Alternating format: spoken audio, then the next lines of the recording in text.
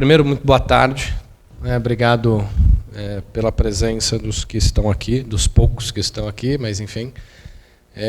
A ideia, então, é que a gente faça uma conversa aqui para apresentar tanto a execução do orçamento de 2015, que a gente já fez em alguns momentos essa apresentação, tanto nos conselhos superiores, nos centros, numa primeira discussão de rodada de conversa sobre a questão da Bolsa Socioeconômica, mas que a gente apresente alguns dados sobre a distribuição orçamentária, sobre a execução orçamentária de 2015, mas que a gente agora foque ao final como está a situação das bolsas no ano de 2016, do ponto de vista orçamentário.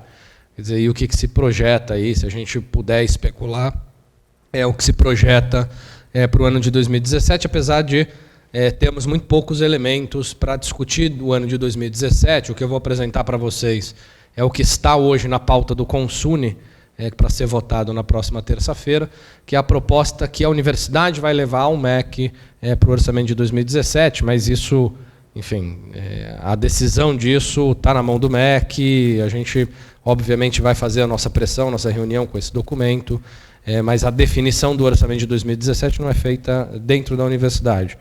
Então, eu vou apresentar só, tecnicamente, como que ele foi construído e quais são os números. Então, você passa, Leonel. O Leonel, só para apresentar, né, o Leonel é o coordenador da área de planejamento orçamentário. Então, boa parte dos números que vocês vão ver aqui é do trabalho da equipe que ele coordena, trabalho dele, da equipe que ele coordena, que faz aí todo o acompanhamento dessas questões. Então, só para ressaltar o seguinte, nós, pela primeira vez, estamos apresentando a execução orçamentária de um ano dessa maneira, ou seja, aberta, destrinchada, de forma didática. A universidade, todos os anos, presta contas, do ponto de vista orçamentário, presta contas para o TCU. Né? E isso aparece num relatório de gestão. Esse relatório de gestão é sempre aprovado pelo Conselho Superior e enviado aos órgãos de regulação com um calendário definido. Tal. Então, a universidade, qualquer órgão público, na realidade, sempre presta contas do uso dos seus recursos. Nós não somos diferentes, prestamos conta anualmente de tudo que é investido, aplicado, CNPJ, enfim, com tudo que é feito em relação ao orçamento da universidade. Nós sempre tivemos apontamentos que aprovavam as contas da universidade, então nunca tivemos uma reprovação das contas da UFABC.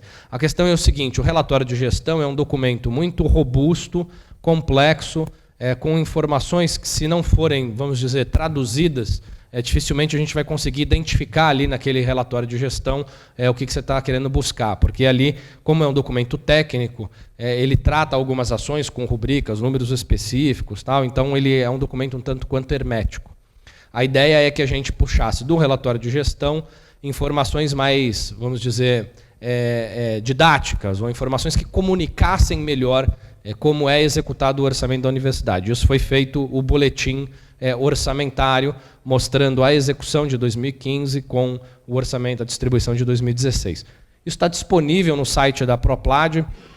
Então, lá na página inicial da universidade, vocês têm lá no cabeçalho, você tem lá números, né, que na realidade você não entra pela página Proplad, né, quando você cria o FABC, você entra e tem ali uma série de números sobre a universidade, de metros quadrados, professores, TAs, tal, perfil do aluno, perfil do docente, as várias atividades que a Proplad faz, e no link lá, orçamento, você consegue acessar tanto as LOAs, né, as leis orçamentárias desde o início da universidade, e também consegue acessar esse boletim orçamentário, que só temos um, né, que foi feito agora esse ano.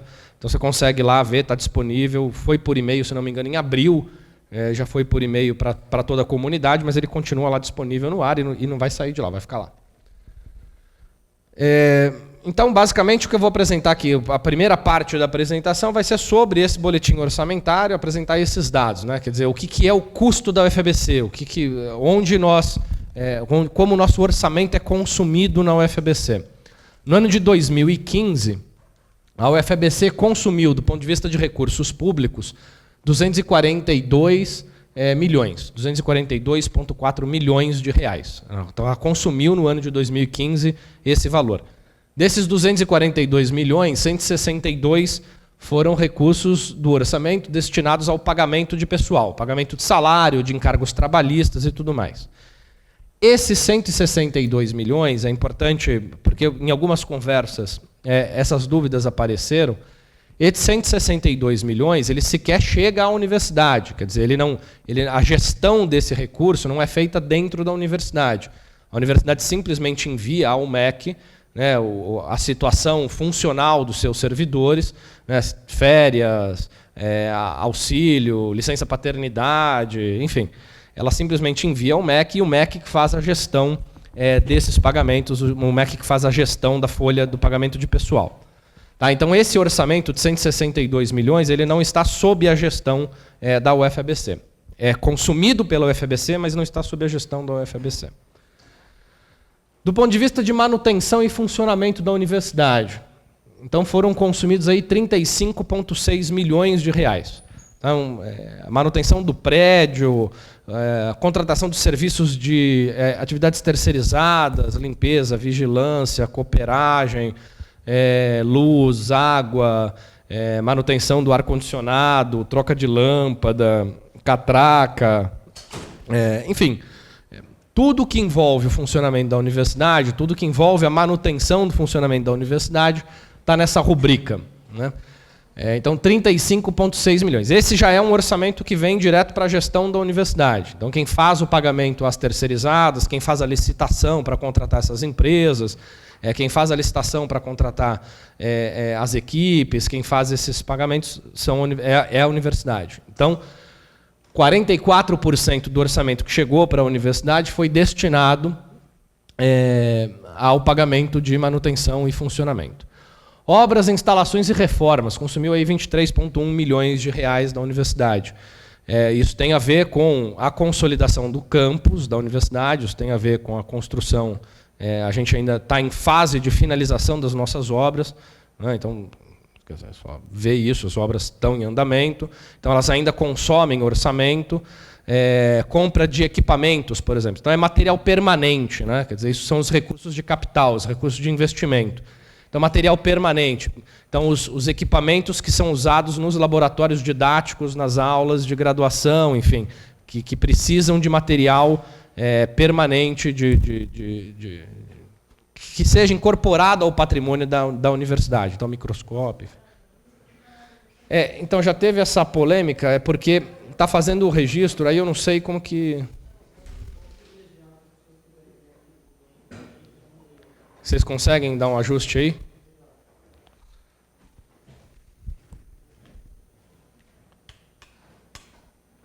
Melhorou?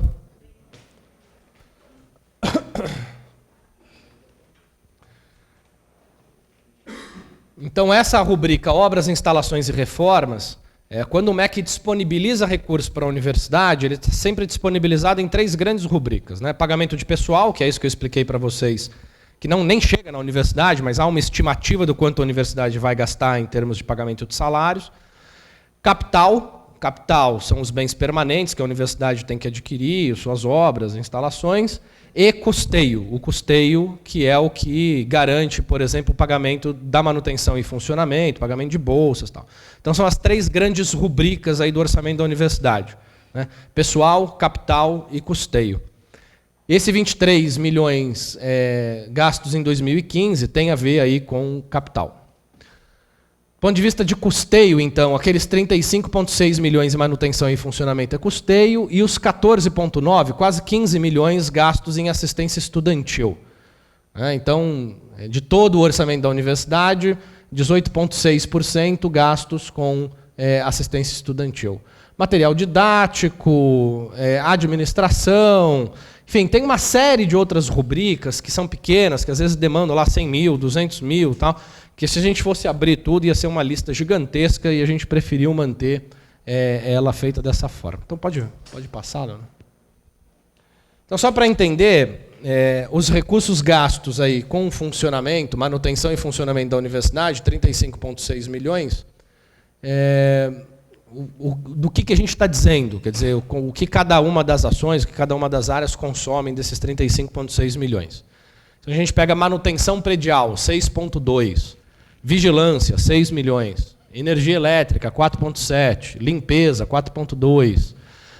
Enfim, há uma série, o transporte intercampos, 1,5 milhões. Água e esgoto, 1 milhão.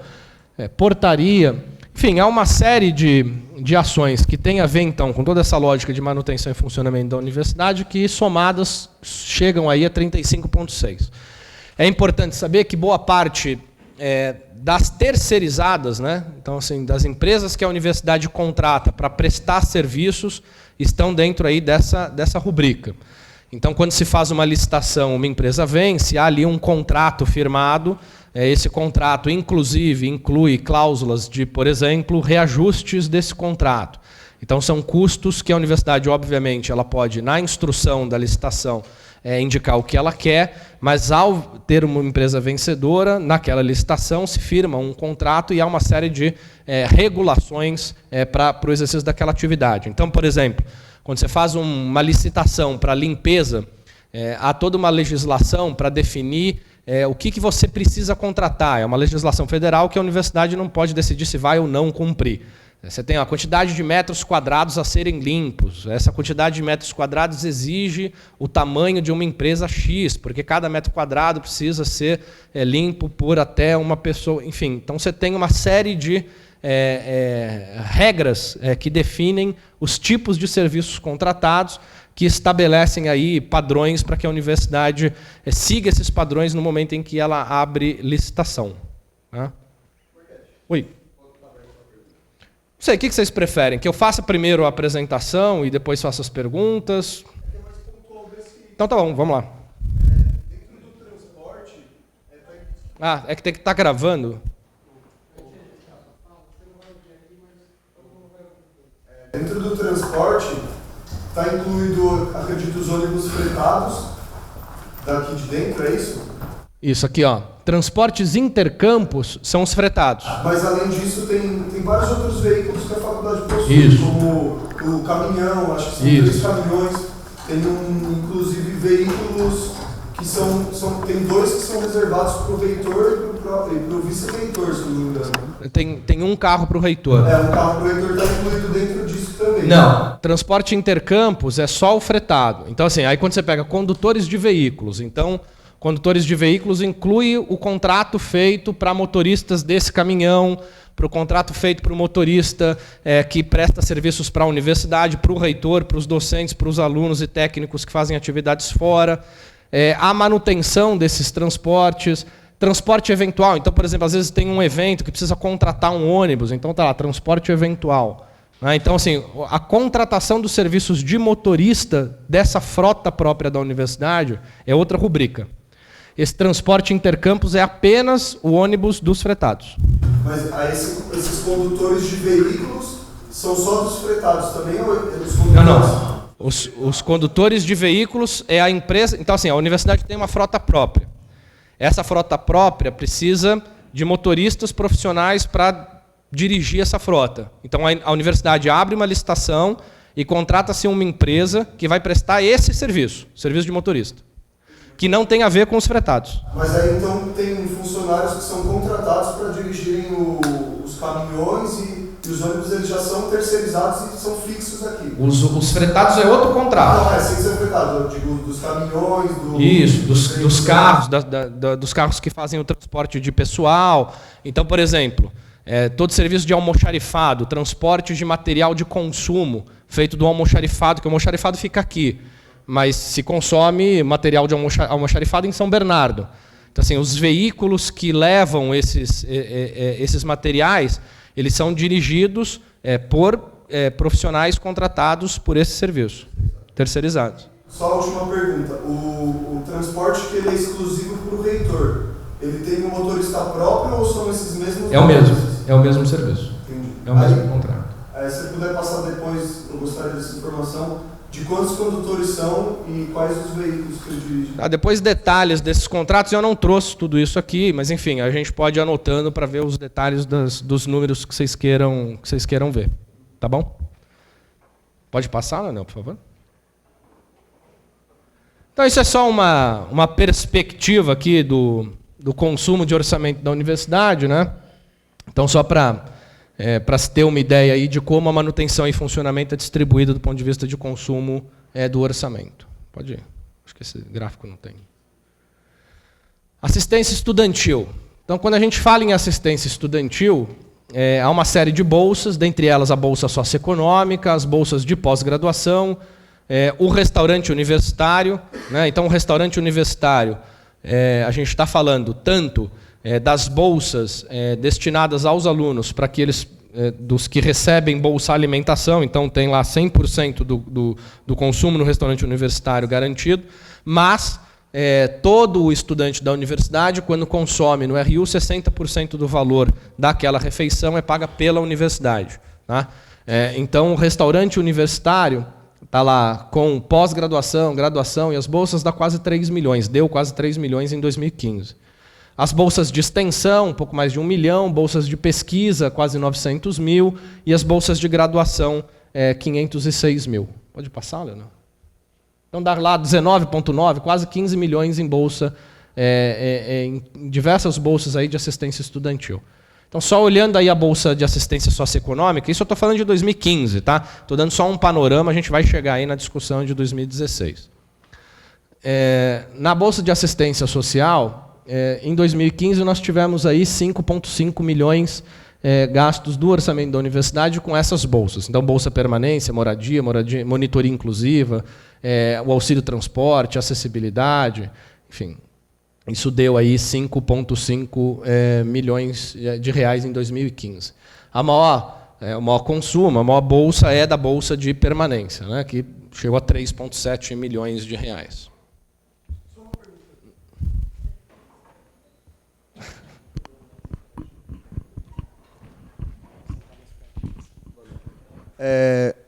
Eu queria saber o que está incluído no transporte e em outras. Não sei se vai ser explicado. Mas...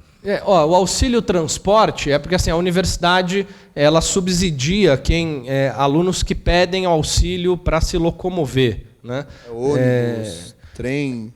A prática é o seguinte, com a história do passe livre, praticamente acabou essa bolsa que eu saiba, eles estão até finalizando isso aí, porque não tinha passe livre, e alguns alunos não tinham bolsa moradia, mas tinha esse auxílio transporte, pagava o passe do estudante mesmo. O aluno mora em Guarulhos, em algum canto, trazia lá o comprovante, enfim, era uma coisa dessas. Que meio, eu acho que 2016 nem tem mais, eles estão finalizando isso aí. E o outras? O outros eu não sei, eu não saberia abrir aqui, mas depois a gente anota, depois a gente vê o que são esses 23 mil aí do outros. Esse dinheiro da assistência social não é direto da universidade, né? É do PNAS, né? Não, então, na realidade é o seguinte, a universidade ela recebe orçamentos que eles podem ser ou carimbados, né, que aí é um orçamento que tem destinação certa, ou orçamento livre, de custeio de uso livre. O PNAES é um tipo de carimbo que se dá à destinação de recursos da universidade, que é para você usar em atividades de assistência estudantil.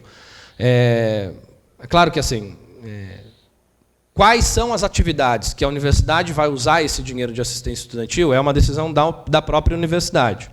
Tá? Agora, nós temos aqui em vários momentos, a universidade, não significa que esses recursos PNAES, eles são destinados só para o pagamento de bolsas, por exemplo. É toda atividade de assistência social prestada. Então, por exemplo, uma discussão sobre o subsídio RU, o subsídio da alimentação, o subsídio de transporte, quer dizer, tudo isso inclui assistência social. Né? E isso está dentro do orçamento da universidade, que ela não pode usar, por exemplo, para pagar a conta de energia. Né? Ela não pode usar para pagar o motorista, ela não pode usar para pagar água e esgoto. Ela tem que ser para políticas de assistência estudantil, ou seja, basicamente ela não pode pagar, por exemplo, bolsa de pós-graduação. É assistência estudantil voltada para a graduação. Claro? Duas coisas bem rápidas. Aqui um número.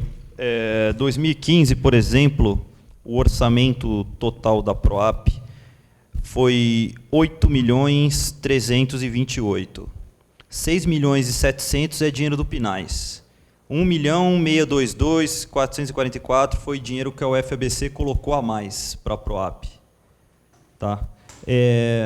Só esse outras aqui, eu não sei se é 100%, mas 99% são alguns auxílios evento, que a PROAP também custeou o ano passado, que a PROAP também pagava alguns auxílios evento para os alunos. Tá? Que não é bolsa, é aquela coisa de uma ocasião específica, vai ter algum evento, alguma coisa em Brasília, algum negócio, freta um ônibus para os estudantes. Eu lembro de ter visto um empenho, por exemplo, uma vez lá, Encontro Nacional de Relações Internacionais, Estudantes e Relações Internacionais. A PROAP deu algum dinheiro para isso. Talvez alguns dos alunos lembrem disso, enfim, é esse tipo de coisa. São muitas rubricas, então a gente tenta botar aí as principais e os detalhes a gente vai apurando aí. Eu só gostaria de saber o que é esse creche. Quem é os auxiliados com o auxílio creche? O auxílio creche é um auxílio específico da PROAP. Eu não sei se tem alguém da PROAP que consegue me explicar exatamente. Isso, que pedem, que é voltado para a aluna, né? É voltado para a discente. Então é um auxílio que não é a questão do servidor, do teatro, do docente. Sim, são alunas que pedem o auxílio creche. Posso passar? Próximo slide. Então, assistência à pesquisa. Aqui está um exemplo que assim, às vezes entra algumas sujeiras aqui no dado, tal. Então assim, você pega assistência à pesquisa, o PIC-PIBIC, o PIB-ITI, 517 mil, PDPD 380 mil, isso em 2015, aí entra outra, R$160, foi alguma coisa que na hora que a gente computou lá as rubricas, tal, deu uma diferença mínima. Então isso é um detalhe que a gente precisa depois apurar o que foi. Pode. Extensão, então as bolsas diversas da extensão, 503 mil. Escola preparatória, então a escola preparatória, tanto em Santo André quanto a escola preparatória em Mauá, né, ela consome em bolsas 427 mil.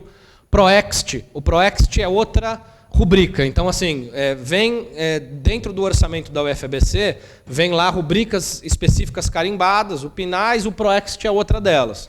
Assim, é um volume de recursos bem menor do que o PINAES, mas assim, destinados para ações de extensão. Você não pode usar para outra coisa. Ele está ali carimbado, registrado para usar nesse tipo de atividade. Auxílio evento da PROEX, da PROEC, né, que era PROEX lá atrás, mas dá 1 milhão os auxílios concedidos pela extensão. Pode ir. Na graduação, a maior parte das bolsas são auxílios para monitoria, então quase 435 mil reais de bolsas de monitoria. Auxílios evento, então também a graduação também auxilia os estudantes que vão a algum evento. Há lá essa possibilidade de pedir. E auxílio extra-sala, que são geralmente atividades didáticas que exigem alguma locomoção, ônibus, enfim. Deu esse valor de R$11.700, totalizando aí R$506 mil na assistência à graduação.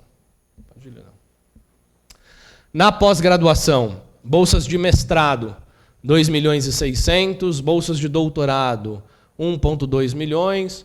Então, auxílios eventos, então alunos de pós-graduação que foram a eventos ligados aos programas de pós-graduação, deu lá 57 mil.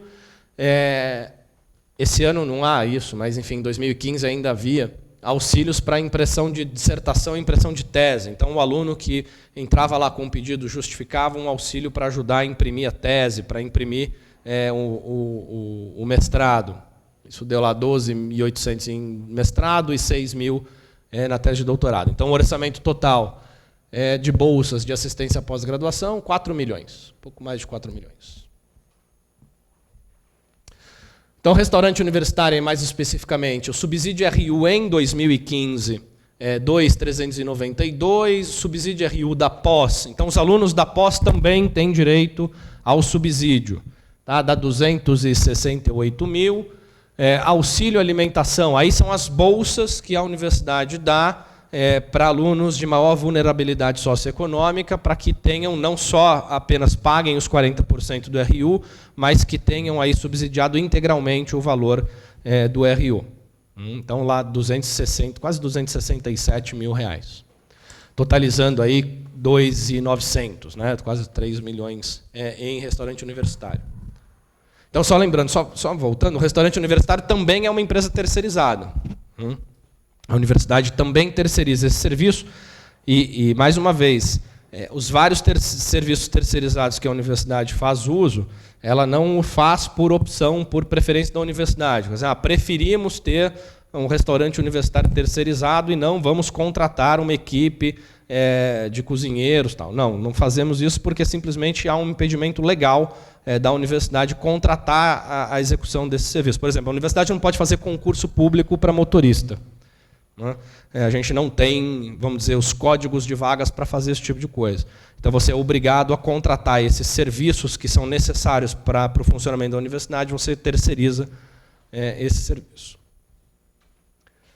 Então, só um resumo de 2015, aí a gente já entra em 2016. O custeio da universidade previsto na LOA de 2015 era 61,4 e de investimento 40,7. Tem como alguém pegar água para mim? Está ficando seco. Agora, uma questão importante aqui. A LOA, né, que é a lei orçamentária, ela prevê o orçamento de todos os órgãos públicos, ela faz uma estimativa do orçamento que vai ser disponibilizado para aquele órgão público. Isto não significa que há uma garantia de que aquele órgão público vai receber esse recurso. Esse recurso só é recebido ao longo do ano, quando o governo federal, o Tesouro, o Ministério do Planejamento, enfim, vão liberando limites orçamentários. Então, quando a gente fala, por exemplo, contingenciamento, o que é o contingenciamento? O contingenciamento é o seguinte, eu tenho lá 61,4 milhões previstos na lei para a universidade, mas o governo não libera limite orçamentário suficiente para que você acesse esse valor integralmente. Então, ele corta o orçamento da universidade, impedindo que ela acesse no próprio sistema. Você não consegue fazer empenho, você não consegue contratar serviço, não está lá disponível aquele orçamento. Ele não existe. Não é? Ele estava previsto, mas ele não foi disponibilizado para aquele órgão público. Então, o orçamento da universidade previsto em 2015 era de 61,4 milhões de reais. Ele foi contingenciado no ano de 2015. Nós tínhamos um contingenciamento muito maior anunciado, quer dizer, várias universidades passaram aí por contingenciamentos maiores, e é óbvio que ao longo do ano a gente fez todas as pressões políticas possíveis e necessárias para que eles fossem descontingenciados. Infelizmente, a gente não conseguiu descontingenciar todo o orçamento, mas a gente conseguiu acessar 90,6% do orçamento previsto para custeio da universidade. Então, nós acessamos dos 61 milhões, na realidade, o orçamento da universidade acabou lá em 55,5. No investimento, o contingenciamento foi um pouco maior. O investimento que lá, o capital, né? Quer dizer, o recurso destinado à compra de equipamentos permanentes, recurso destinado a obras, tal. O contingenciamento foi maior aí. A gente tinha uma previsão de 40,7 milhões na LOA e a gente acabou recebendo 26,6 milhões. Então, teve um contingenciamento aí razoável do ponto de vista de investimento. Pode ir? Então, 2016, quer dizer, como que foi a distribuição do orçamento de 2016? Primeiro, a gente acompanhar uma evolução histórica do orçamento da universidade. O que está em azul é o custeio, e o que está em vermelho é investimento, é capital. Então, lá, 2006, o custeio da universidade é muito baixo, né? 3,9, a universidade está começando, tem poucas atividades, ainda não tem nem prédio próprio, está começando as obras. Então, é natural, né? Os recursos de investimento aqui, eles estão dando conta da construção da universidade, do levantamento dos primeiros prédios e tal. E a universidade vai crescendo, né? Quer dizer, a gente vai ampliando o número de vagas, a gente vai ampliando o número de metros quadrados, a gente vai ampliando o número de servidores, de TAs, de docentes, ampliando o espaço físico, você está ampliando o custo de manutenção, você está ampliando o gasto com energia, enfim. Então, a tendência, a ideia é que, quanto maior for o crescimento físico e de pessoal, de número de alunos da universidade, o custeio acompanha esse crescimento, porque você tem mais custos fixos para o funcionamento, para a manutenção e funcionamento da universidade. Isso foi seguido, ou essa lógica de que o custeio da universidade vai crescendo conforme cresce a universidade, a gente manteve essa lógica até muito recentemente. O orçamento de 2016 é a grande inflexão. Quer dizer, é quando a gente tem aí uma ruptura de um padrão de manutenção, de distribuição de custeio, não só para o caso da UFABC, mas para o caso de todas as universidades federais. Se nós tivemos uma queda bastante significativa na distribuição de custeio para todas as universidades, e esse não foi diferente no caso da UFABC.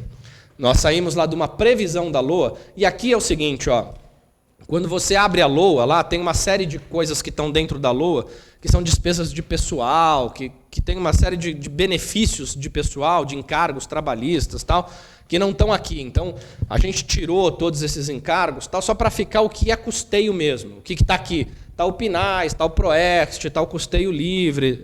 Então, tudo que serve para manutenção, pagamento de bolsa tal. Então, em 2015, era 58,7, passou para 47,8. O outro gráfico, só ver o próximo, Leonel, o outro gráfico, a gente fez também uma estimativa da evolução desse custeio, considerando a inflação. Quer dizer, nós também tivemos, além da redução do custeio, um aumento da inflação dos últimos anos. Então, se a gente deflacionar o número, se a gente deflacionar o nosso orçamento, na realidade, o orçamento de custeio da universidade de 2015 para 2016, ele sofreu uma queda de 27%. Quer dizer, deflacionando, considerando a inflação do período, considerando... Valeu, obrigado. Considerando esse cenário, nosso custeio, veja que o nosso custeio já vinha caindo, porque, na realidade, ele plafonou, né? Ele se manteve estável, mas como a gente tinha uma inflação que estava subindo, esse custeio ele era menor em relação à nossa capacidade de atender as demandas colocadas pela universidade. E ele cai brutalmente em 2016. Só para vocês terem uma ideia, o orçamento de custeio de 2016, considerado a inflação do período, só é maior do que o custeio de 2009. Considerando a inflação do período, ele é menor do que o orçamento de custeio de 2010. O que aconteceu na universidade de 2009 para cá, do ponto de vista de metros quadrados construídos, de número de discentes, de número de docentes, de número de técnicos administrativos, eu acho que para jogar baixo, no mínimo dobrou. Né? No mínimo dobrou. No mínimo nós temos o dobro de alunos, o dobro de funcionários, o dobro de professores, de TAs, o dobro de metros quadrados construídos e, portanto, um custo fixo de manutenção e funcionamento alto do tamanho do campus. Né? Nós temos dois campi, um campus de São Bernardo. Em 2010, ainda a gente estava falando do Sigma em São Bernardo. Os custos de manutenção do Sigma eram muito menores. Né? Era um prédio que foi em parceria com a Prefeitura de São Bernardo. Tá? Os custos de manutenção eram muito mais baixos. Então, não tinha nem o campus de São Bernardo ainda constituído. Então, perceba o seguinte, a gente criou um campus a mais, terminou a obra desse campus, ocupou esse campus. Se eu não me engano, a ocupação definitiva do campus de São Bernardo, quando as atividades foram em 2012. Né? Em 2012, a gente começa a ocupar, de fato, o campus de São Bernardo. E esse custeio de 2016, ou seja, os recursos disponíveis para a gente pagar a manutenção e funcionamento da universidade, para a gente pagar bolsas, para a gente pagar o dia a dia da universidade, ele caiu a níveis inferiores aos de 2010.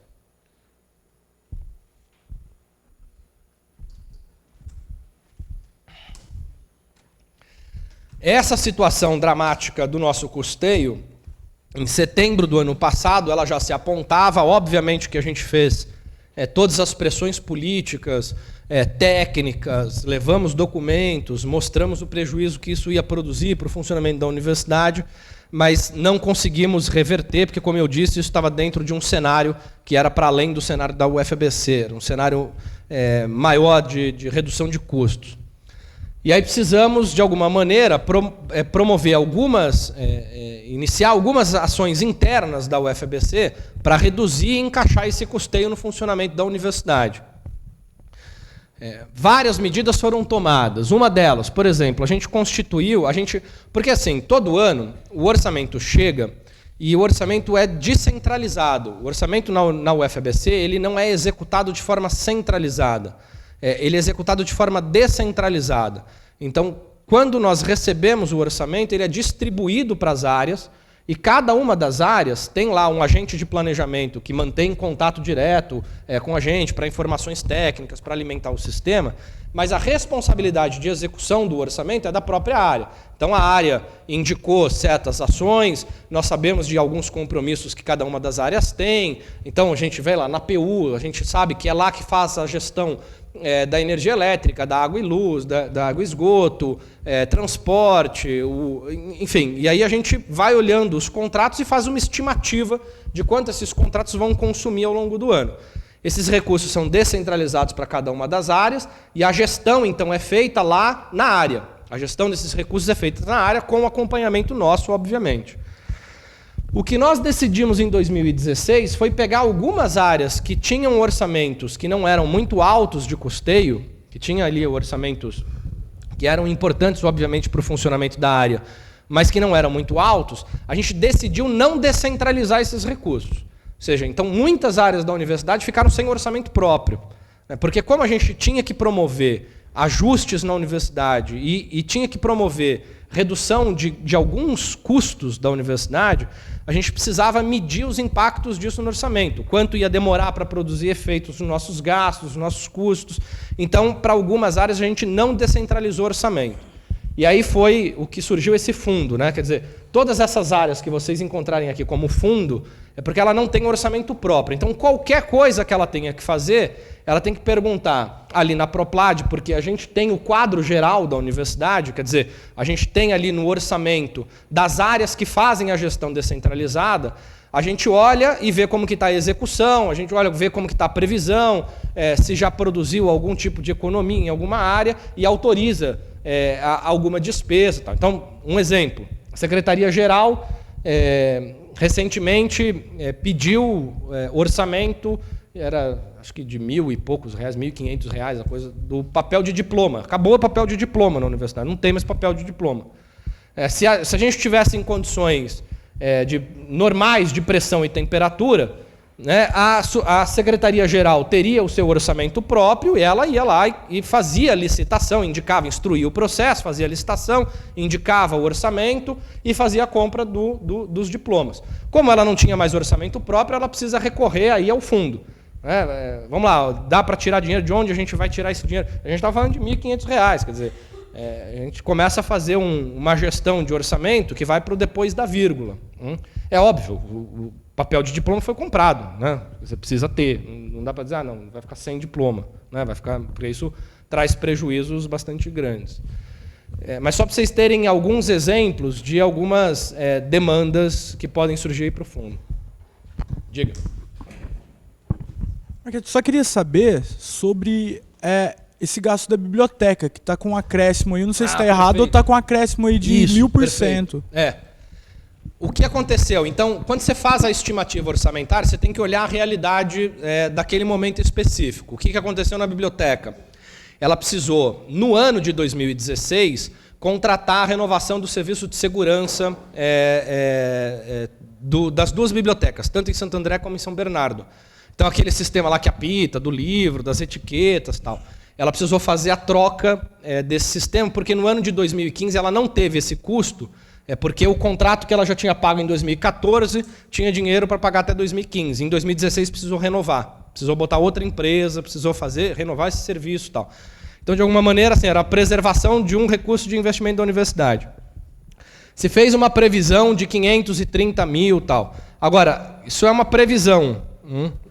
Quando termina a contratação do serviço, é que você vai, de fato, saber quanto que aquele serviço consumiu. Eu já posso te adiantar que, no caso da biblioteca, isso caiu bastante. Você tem os números fechados aí, Leonel?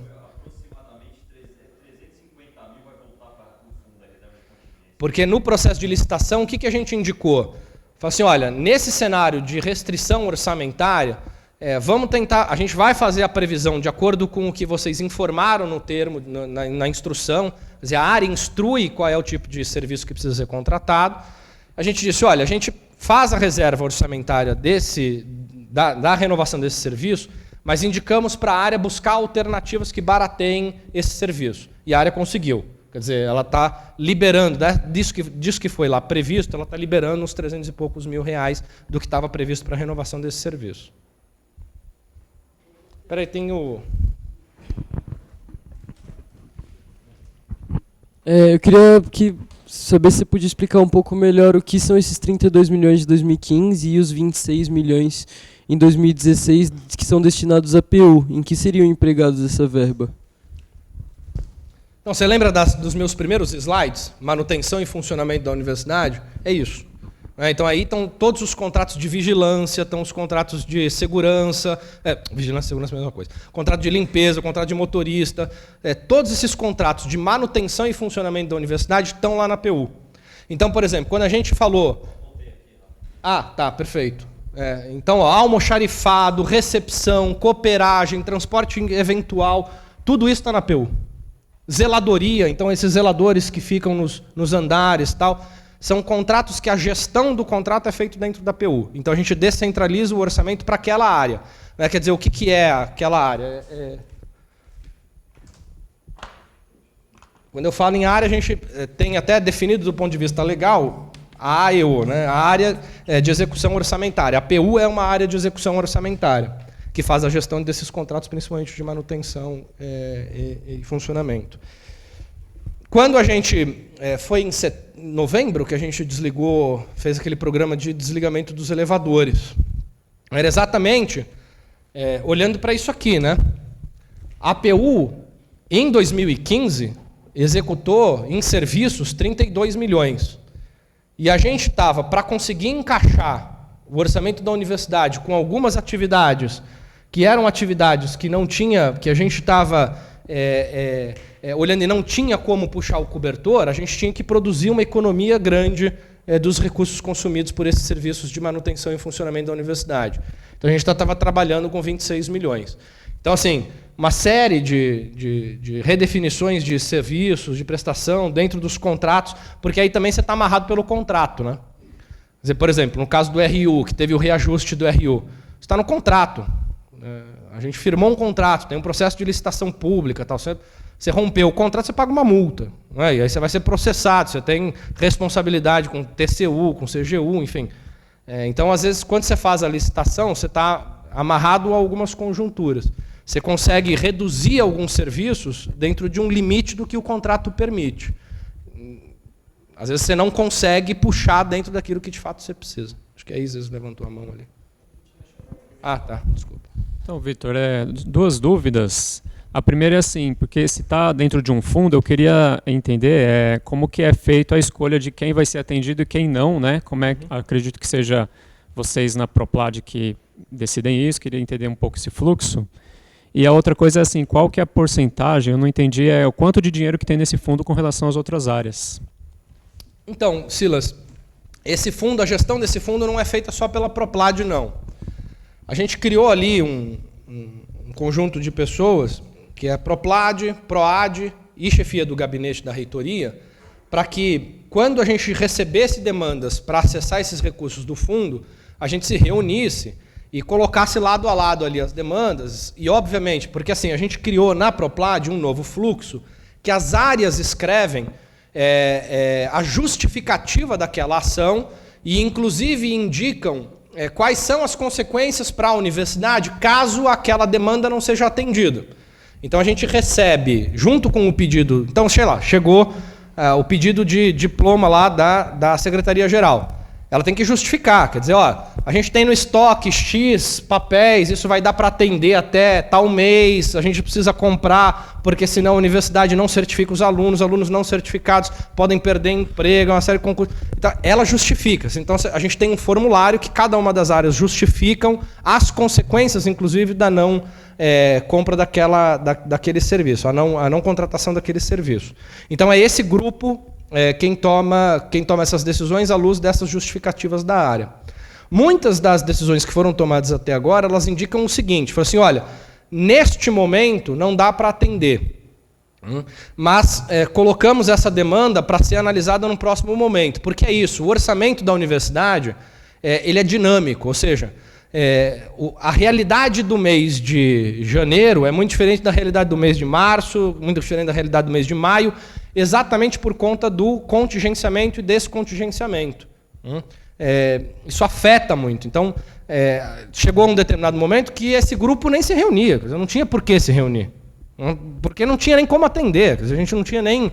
Não era nem colocar na escala de prioridade. A gente estava numa situação tão difícil de manutenção dos contratos correntes, inevitáveis, que não tinha espaço para decidir as coisas. Aí qual que era a outra pergunta, Ciro?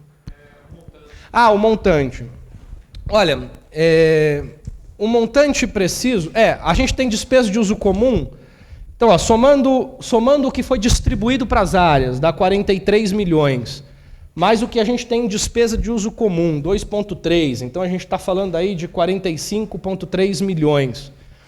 45,3 milhões, a LOA previa 47,8. É essa diferença que está no fundo para fazer essa gestão.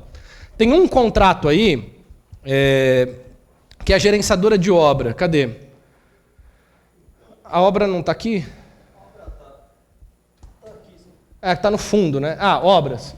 Está no fundo. Então, você vê aqui, obra foi... Só explicar isso aqui. Obra, por exemplo, em 2015, consumiu R$53 mil de custeio. Mas a gente já tem a previsão de que, por exemplo, as obras têm a fase da obra, que é a construção, mas você tem uma fase da obra que consome custeio.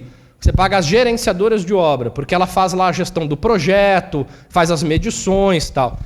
Então, a gente tem uma previsão de que a gente vai precisar botar o orçamento desse ano nessas gerenciadoras. E aí a gente está falando de orçamentos altos, a gente está falando de 1 milhão, a gente está falando de um consumo de custeio alto. Mas como isso a gente ainda não tinha muito preciso o que ia demandar desse gerenciamento de obras, a gente acabou deixando obras aqui muito no fundo para a gente ir fazendo a gestão disso mais na sintonia fina. Esse custeio da obra, na verdade, ele é bastante, ele é bem maior. Esse 53 mil aí, ele dá uma impressão, a princípio, enganosa, que o custo não é só isso, não. O que acontece é que 2014 tem um negócio chamado restos a pagar. Dinheiro que você tem um contrato grande, chegou no final do ano, você não executou tudo aquilo, você pode empenhar o dinheiro para utilizar no exercício seguinte. Então, 2015, na verdade, foi gasto muito mais que R$53 mil. R$53 mil era com o próprio orçamento 2015, utilizado em 2015, mas você tinha uma grana de 2014 que estava cobrindo todo o custeio da obra. E para 2016 já não sobrou esse dinheiro. Então, a gente está tendo que consumir dinheiro do orçamento 2016 de fato.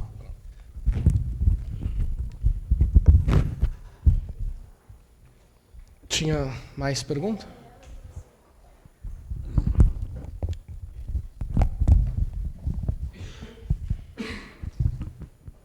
Bom, eu gostaria de perguntar sobre o que está abarcado em cada uma dessas áreas com relação a pagamento de pessoal, porque, pelo que você passou ali no primeiro slide, 66,8% do orçamento ele foi destinado a pagamento de pessoal. Eu queria saber se esse valor ele está subdividido nessas categorias. Eu também queria entender e saber se já existe um planejamento, um estudo que faça uma previsão de em quanto tempo a UFABC pode atingir uma situação crítica, como acontece hoje com a USP, que acaba direcionando 103,5%, se eu não me engano, do seu orçamento para pagamento de pessoal.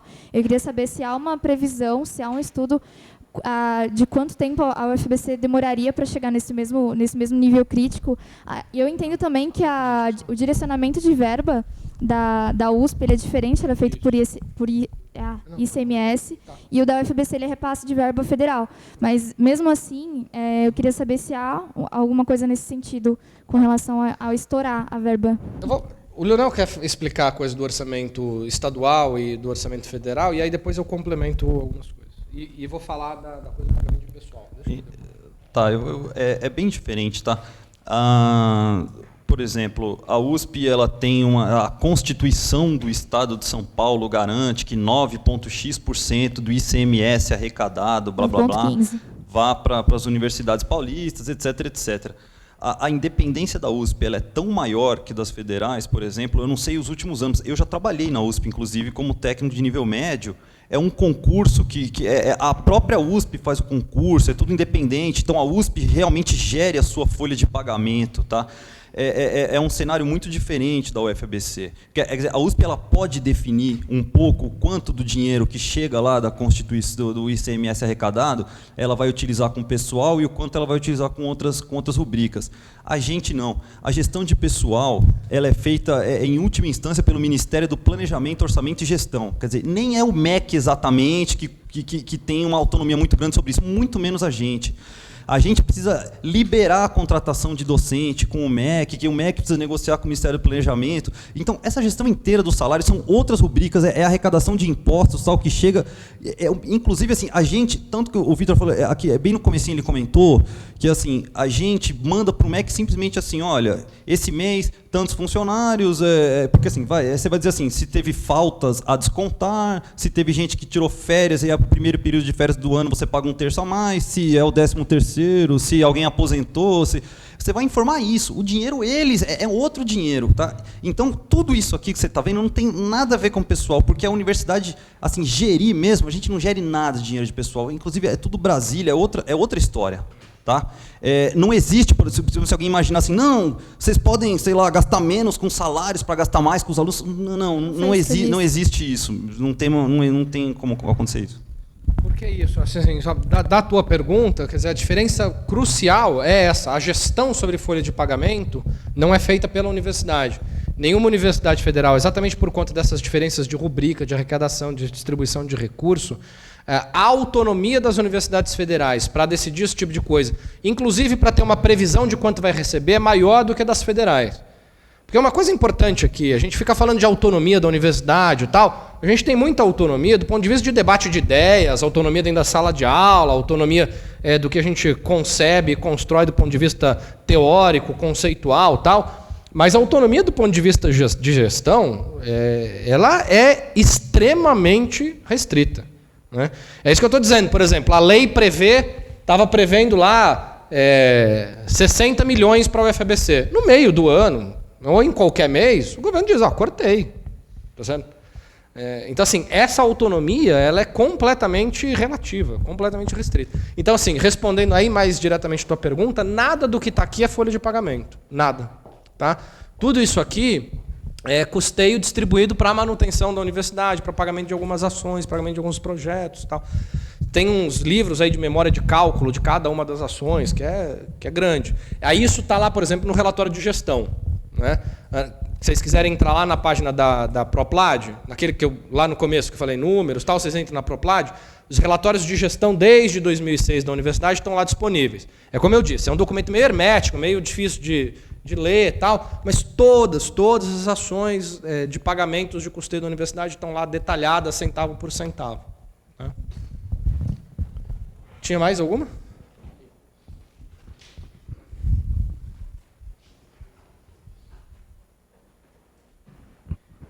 Então, a minha pergunta é no sentido assim, da relação que você tinha falado antes, que tem algumas leis que impedem que certos serviços sejam contratados diretamente pela universidade, né? Mas eu queria saber se a Proplad ou alguma outra área da universidade teria feito essa pesquisa, ou se pretende fazer uma pesquisa no sentido de saber o que é mais barato, já que a gente está falando em valores aqui, se é de fato, por exemplo, contratar uma empresa de vigilância terceirizada ou se é ter os próprios vigilantes da universidade, porque isso seria inclusive uma ferramenta também para que a gente pudesse levar adiante a própria pauta de lutar contra a terceirização e precarização dos serviços. Então, Isis, a gente pode até colocar isso numa agenda de fazer estudos, a Proplad, a gente pode até pensar em fazer isso. Agora, a questão é o seguinte, vamos fazer um estudo sobre a diferença de custos.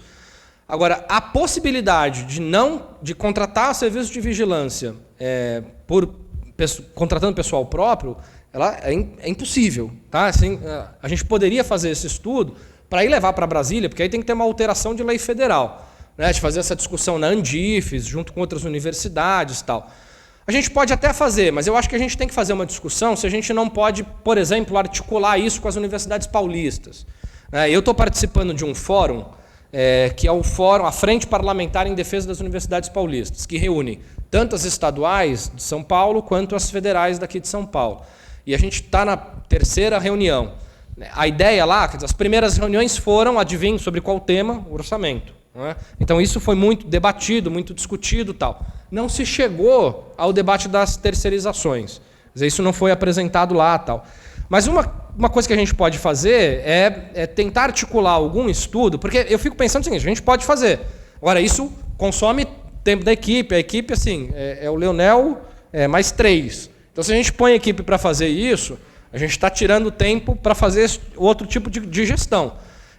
Eu estou pensando se não é um custo alto para a gente fazer, com um benefício que me parece que vai ser baixo se só a gente fizer. Né? Eu acho que se a gente articular isso com algumas universidades paulistas, federais e estaduais, fazer uma discussão, porque a questão da precarização do serviço e da terceirização não é só das federais, né? Isso está colocado em todas elas. Aí me parece mais interessante. Eu acho que botar isso como proposta lá da frente e tal. Eu acho que dá para fazer sim. Né? Porque a briga é lá em cima, né? Aí a briga é de alteração da legislação. Pode passar então, Leonel? Tem mais perguntas? Desculpe, eu não tinha visto.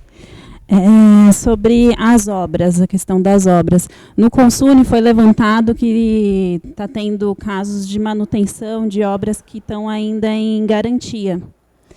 E eu gostaria de saber, garantia assim, a construtora poderia fazer o conserto, só que a UFABC pagou para ser feito esse conserto, né? E eu gostaria de saber como está sendo feita essa fiscalização, né, desses contratos e da onde vem esse dinheiro, se é de custeio, de... Então a primeira coisa, tá? Quando a obra conclui e entrega para a universidade, ela faz uma entrega para a prefeitura universitária. A partir deste momento, a responsabilidade sobre o prédio passa a ser nosso, passa a ser da universidade. Até então, era uma responsabilidade da empresa. Claro que aí eu não vou saber te dar detalhes, porque eu nem não sei qual é esse caso. Depois a gente pode até levantar para ver o que aconteceu. Não conheço. Não sei do que se trata, não sei o que foi. Agora, mudanças... porque antes de entregar a obra, é feita vamos dizer, uma perícia nas obras, para dar o aceite da entrega daquele equipamento. Claro que algumas coisas podem estar dentro da lógica da garantia, tal, você aciona a empresa para ela aí reparar aquela obra que foi mal feita, uma rachadura que apareceu, sei lá. A responsabilidade é da obra. E aí sairia da própria empresa que a gente contratou. Agora, se é um reparo feito pela nossa prefeitura universitária, ele consome recursos de capital, a depender do que está fazendo. Né? Então, se ele está, sei lá, se ele precisou levantar que a PU não vai levantar um muro, mas enfim... se ela precisou comprar algum equipamento para fazer a substituição de alguma coisa, precisou comprar troca de porta, tal, ela pode fazer isso. A PU faz isso. Aí é capital. Ela está comprando bem permanente. Ela comprou a porta. A PU pode fazer isso. Porque, veja, e aí, eu até conectando com uma pergunta que você tinha feito. Desculpa, qual que é o seu nome? A Ariane tinha feito. Se a gente tem algum estudo de quanto tempo a gente dura nessa história e tal. A gente tem aqui na UFABC uma característica que é a idade dos nossos equipamentos. Né? Então, vocês que estão em sala de aula tal, já começam a ver, por exemplo, alguns equipamentos de data show, alguns computadores, já começa, tem vida útil esses equipamentos. Alguns têm uma vida útil mais longa. Né? Então, a gente estava, essas cadeiras têm vida útil, elas não vão durar para sempre. Né? A porta, né? O palanque aqui... Então, assim, hoje, a universidade está numa situação que a gente consegue fazer a gestão da universidade em condições menos precárias do que as outras universidades, porque a gente está numa universidade de 10 anos. Né? Agora, os nossos custos de manutenção estão ficando cada vez maiores a cada ano. Então, para responder, aí num terreno muito especulativo, porque, no fundo, a gente não tem muita certeza da nossa conjuntura de amanhã de manhã, quanto mais do ano que vem. Mas, se mantiver esse cenário de deterioração do custeio, tal qual foi esse custeio de 2016, não tenho dúvida de que a gente vai enfrentar os próximos anos de dificuldades, sim. Porque não é mágico. Né? Quer dizer, a questão orçamentária é cobertor curto. Você puxa de um lado para atender uma questão, você descobre outro. Então, é uma questão que a gente trata com preocupação, é uma questão que a gente já trata com alerta ligado no máximo. Nós reunimos lá com as 10 universidades novas, porque há uma outra questão que é o seguinte, a gente olha para a UFABC, ela ainda tem obras, as obras que foram iniciadas já estão quase todas concluídas, mas nós estamos com 2 obras que estavam numa fase muito inicial, né? Quer dizer, a unidade da ATI, do outro lado ali do rio, e em São Bernardo, o Lambda. Né? O Lambda, que é o prédio que subiria onde hoje a gente, num acordo junto com as representações discentes, está sendo feito provisoriamente ali um campo de futebol, tal, porque a expectativa e, inclusive, a indicação de que a gente vai ter recurso para levantar um prédio lá é 0. Então, veja, isso já produz impactos sobre o funcionamento da universidade. A gente acompanha tudo isso com preocupação, sim. Né? A gente acompanha tudo isso com preocupação, sim. Próximo slide. Então, isso são as despesas de uso comum, né, que aí são distribuídas pelas áreas, que dão lá mais R$ 2.300. Porque é isso que eu somei, viu, Silas? Só para colocar, só volta Leonel, por favor. Eu somei aqui, né, os 43 mais 2.300, que é despesa de uso comum. Aí a próxima tabela mostra o que é despesa de uso comum, tá? Passagem, suprimento de informática, custo diário oficial, tal. Então dá lá 2.300. Pode passar, né? Bom, e aí chegamos à questão das bolsas socioeconômicas. Essa aqui é a questão, é um quadro de distribuição das bolsas, que é um pouco uma memória de cálculo para a distribuição das bolsas para esse ano. Vejam o seguinte, o que a gente está pagando de bolsa em 2016? A gente não está pagando apenas as bolsas socioeconômicas do edital de 2016. Nós estamos pagando, com o orçamento de 2016, as bolsas atribuídas à comunidade do edital de 2015. O edital de 2015 ele foi renovado agora. Então, os 5 primeiros meses do ano são despesas que a universidade assumiu em 2015. Só que a gente está consumindo o orçamento de 2016 para pagá-las. Então, isso aqui é uma memória de cálculo. Vamos pegar só aqui a Bolsa Permanência, que é a mais volumosa aí. Então, foram distribuídas 812 bolsas de permanência no edital de 2015. O valor dela é de R$ 400. É duro ser baixinho. O valor dela é de R$ 400. A gente multiplica por 5. Por que por 5? São 5 primeiros meses do ano que consomem essa bolsa. Então, são 812 bolsas, vezes 400, vezes 5, dá lá 1,6 milhões. 1,6 milhões do orçamento de 2016, para pagar as bolsas que foram atribuídas em 2015. Isso acontece com todas elas, né? Auxílio moradia, auxílio alimentação, tal. Não. Aí aqui eu já estou colocando os quantitativos que já saíram desse edital de 2016. Esse edital de 2016 vai pagar mais 7 meses, então dando os 5 mais 7, os 12 meses de vigência das bolsas socioeconômicas. Então, de bolsa permanência, é 1.600.000 para pagar as bolsas que foram atribuídas em 2015, mais 1.300.000 para pagar essas 486 bolsas que saíram desse edital agora de 2016. Tá claro? Então, só de bolsa permanência aí, a gente está falando de quase 3 milhões, não é isso? 2.980 e pouco. Né? De quase 3 milhões de reais em bolsa permanência, consumindo o orçamento de 2016, a despeito do edital ter sido de 2015. O edital de 2015, ele pagou uma parte de 2015, a outra parte de 2015 a gente está pagando agora. Então, somando tudo isso, né, somando o que a gente precisou pagar de bolsa do edital de 2015 nesse ano, mais as bolsas que foram distribuídas nesse ano, a gente está falando de...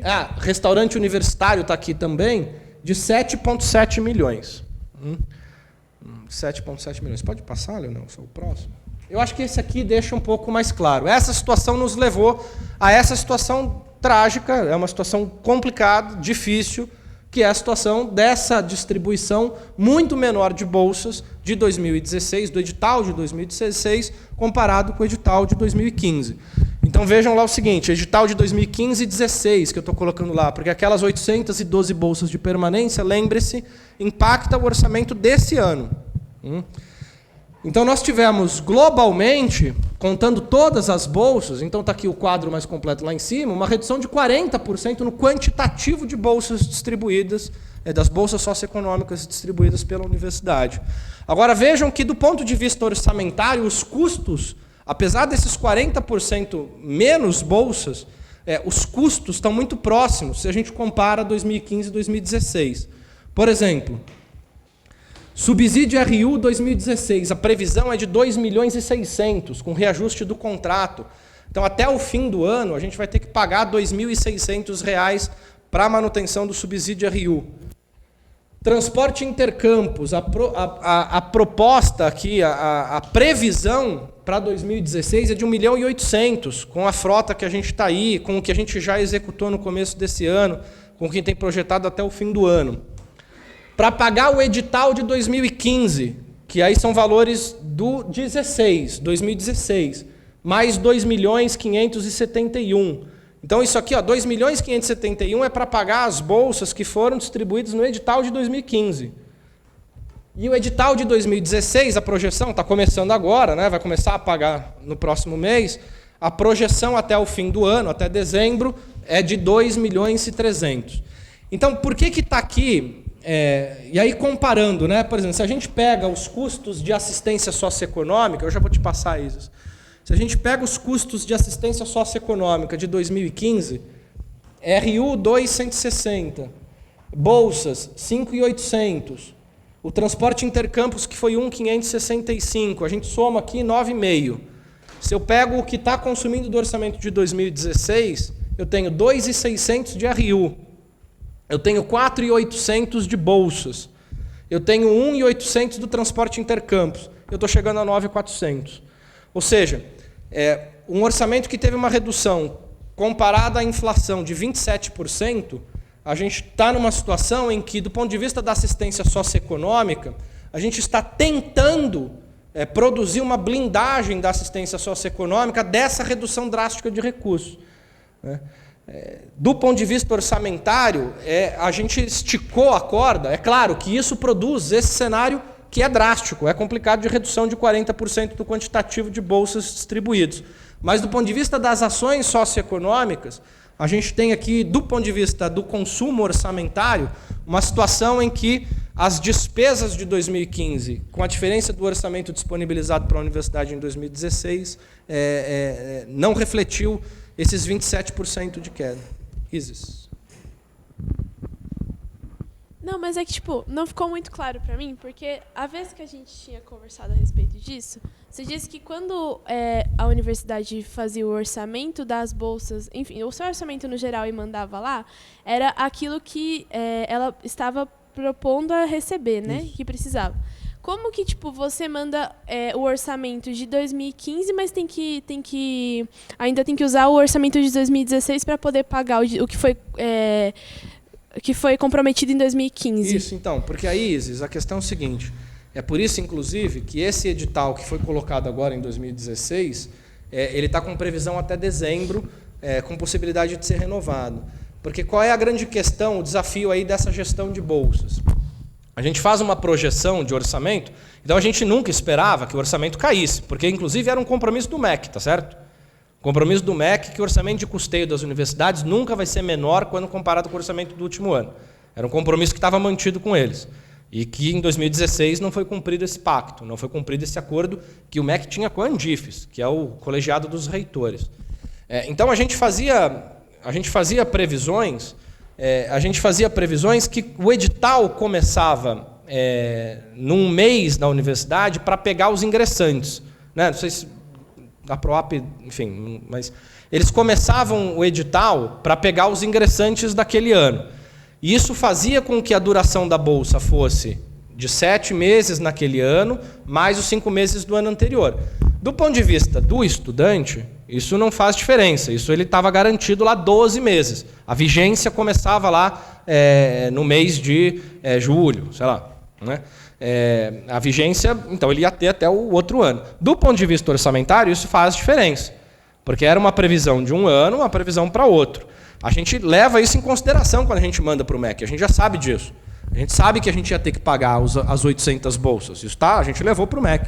A questão é a seguinte, como é que falou? Não dá, a gente não vai atender.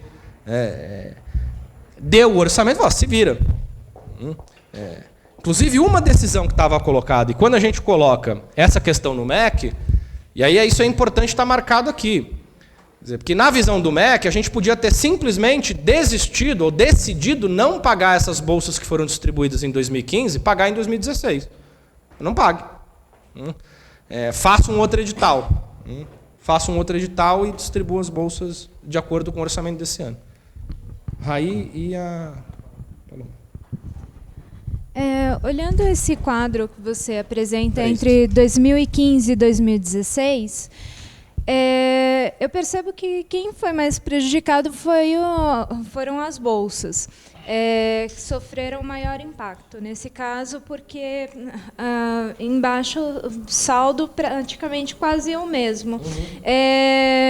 Aumentou o recurso para o RU ou aumentou o recurso no transporte intercampus.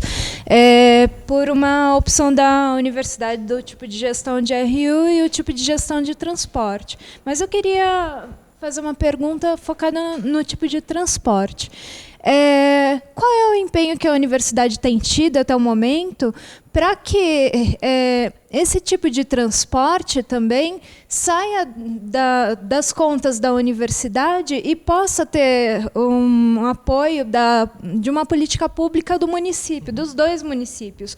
Porque eu vejo, assim, a gente já conversou até em outros âmbitos, fica só, me parece, numa conversa, mas não vejo tanto empenho assim de mudar o sistema de transporte. E essa é uma verba que poderia ter sido destinada todas em bolsas. E a gente poderia ter um número bem maior em bolsas. Então, quer dizer, é um tipo de gestão que vocês estão fazendo também uma escolha no sistema de transporte. Há 10 anos a gente está nesse sistema e que poderia ter sido ampliado o número de bolsas, né? Perfeito, é isso, Paloma. Só para dizer o seguinte, olha, você está dizendo, a gente escolheu botar mais 2.600 aqui. Tudo bem, a gente escolheu o modelo de gestão, mas até aí eu queria conversar contigo que escolha é essa, porque a gente não tem, por exemplo, como contratar cozinheiro, tá certo?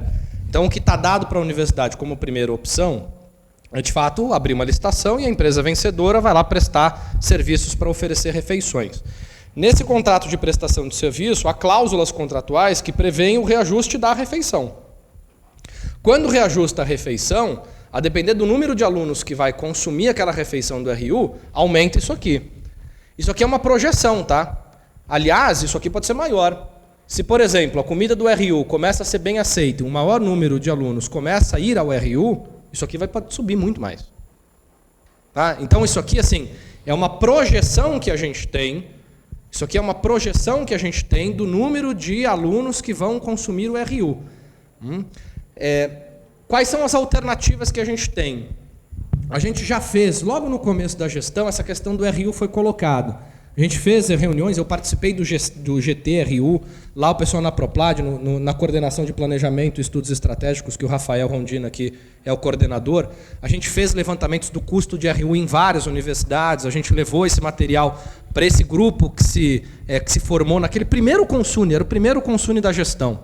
E a gente discutia lá como reduzir o custo do RU. Tinha dois caminhos. Um, reduzir drasticamente o tipo de serviço contratado. Então, assim, opção vegetariana, 2 tipos de suco, reduzir... Então, assim, você vai reduzindo no edital, você diz, eu não quero opção vegetariana, eu não quero 2 sucos, eu quero que a empresa me forneça esse tipo de serviço, né, com muito mais restrições. A gente poderia derrubar o valor do RU. Qual é outra opção? Pensar modelos inovadores de gestão do RU. Né? São muito poucos os exemplos que a gente tem em outras universidades de modelos inovadores. E quando há modelos inovadores, eles se valem muito de um corpo de funcionários da universidade que eles já tinham contratado lá no passado, que eram servidores que trabalhavam na cozinha, tal, porque lá no passado podia. Então, esses servidores ainda estão nas universidades. Então, eles conseguem usar esse corpo técnico mais qualificado para fazer esse tipo de gestão mais inovadora. Então, a gente não conseguiu. Nesse momento, há novamente uma tentativa de se refletir sobre isso. O GT-RU, acho que vocês sabem, que está nesse momento acontecendo mais uma discussão sobre GTRU, sobre como fazer uma gestão inovadora de RU. Quer dizer, se a gente continuar nessa toada, a única chance da gente reduzir com esse modelo de licitação tal é reduzindo o cardápio. Reduzindo o cardápio a gente consegue... Não, perfeito, eu vou chegar lá, estou falando de RU. Bom, de transporte. Transporte, mais uma vez, é uma empresa. Então a gente faz licitação, a universidade pressupõe que para o seu projeto pedagógico ela disponibiliza ônibus que permitam que os alunos trafeguem de um campus, alunos e servidores trafeguem de um campus para outro com ônibus pagos pela própria universidade. Esses contratos também são contratos em que as cláusulas de reajuste e tal estão definidas no contrato. Bom, é claro que a gente tem feito muita pressão sobre os governos para a melhoria do transporte público. Tanto que hoje, faz questão aí de um mês, tem uma linha de São Bernardo que já está passando na frente do campus. Quer dizer, isso é pouco? Olha, é pouco perto das demandas e necessidades da universidade, mas, veja, houve algum avanço, não foi fácil. Sabe, também, junto conosco, né? Tudo bem. Não, ok. Claro, assim, tudo bem. Assim, vocês querem, como uma vitória só de vocês, quer dizer, todas as reuniões com o prefeito, as reuniões com secretários, enfim, com MTU, com o deputado, enfim, nós fizemos muita coisa, isso tudo está registrado, é só puxar a agenda do reitor, é só ver essas discussões e tal. Se vocês quiserem, a gente pode puxar todo esse empenho da universidade para trazer transporte público para a universidade, não é? Para facilitar o acesso ao transporte público para a universidade. Agora, a gente tem uma linha do trem, que tem uma estação aqui do lado do campus Santo André, que se conecta com o metrô, né? A gente vai começar a fazer um debate sobre a conexão do ônibus que a gente paga para conectar a estação à universidade, porque são poucos metros. O que está colocado? Uma discussão de melhorar a via, de melhorar a iluminação, de melhorar o acesso, de conceber uma ciclovia, né? Tem, no âmbito do PLS, o Plano de Logística Sustentável, há uma série de iniciativas para melhorar a acessibilidade do entorno, né? Melhorar, inclusive, do ponto de vista do acesso de ônibus. Agora, quando você discute transporte em Santo André, quando você discute transporte em São Bernardo, é uma coisa. Quando você discute transporte intermunicipal, é outra. São outras esferas, são outros órgãos. Aí é estadual, porque rompeu a fronteira de um município para outro, passa a ser esfera estadual, tanto de regulação, tanto de prestação de serviço. A gente não consegue, e olha que já foram feitas muitas reuniões sobre isso, a gente não consegue nem que o nosso fretado consiga parar dentro dos terminais de ônibus. A gente não conseguiu nem que os nossos ônibus andassem no corredor.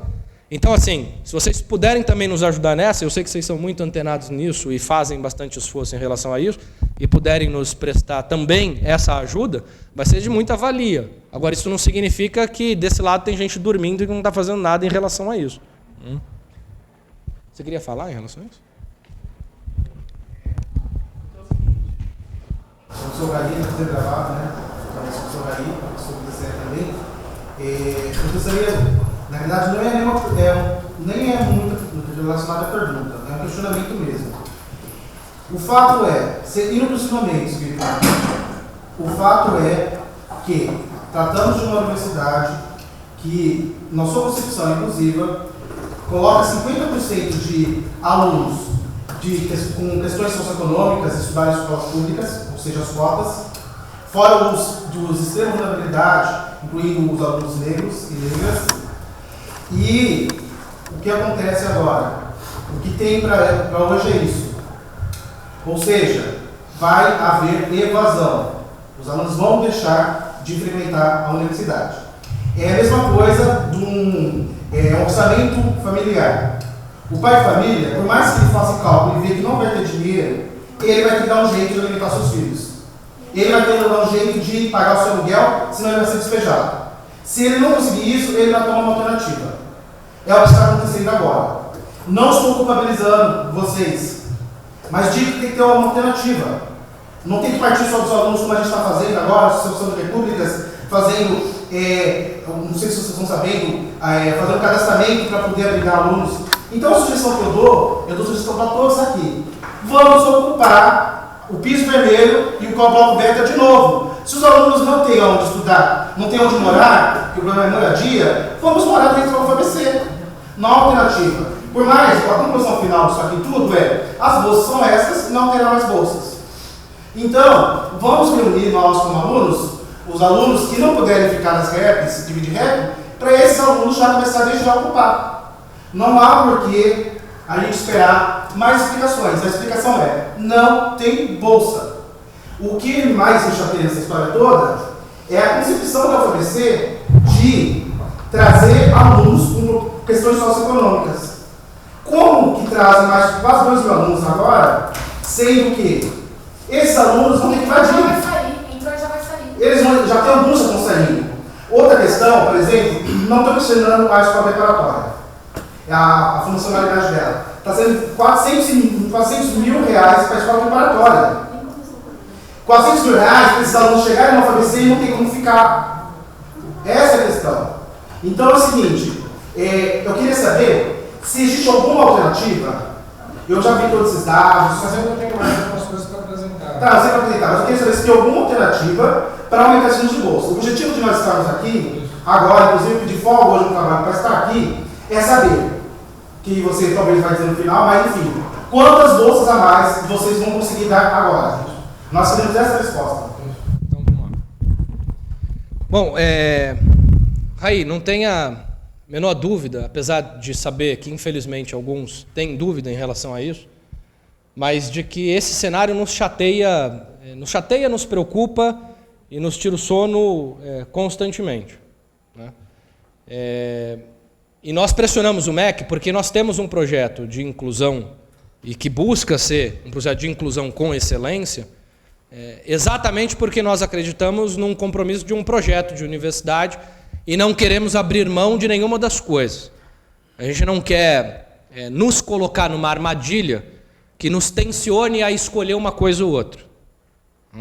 Porque eu acho que há um perigo nesse debate, que a gente começa a levar o debate público para uma escolha do que fazer. Eu acho que a gente tem que manter a vitalidade desse projeto e dizer que a gente vai sim fazer uma universidade em que a excelência acadêmica ocorrerá sem prejuízo da inclusão social.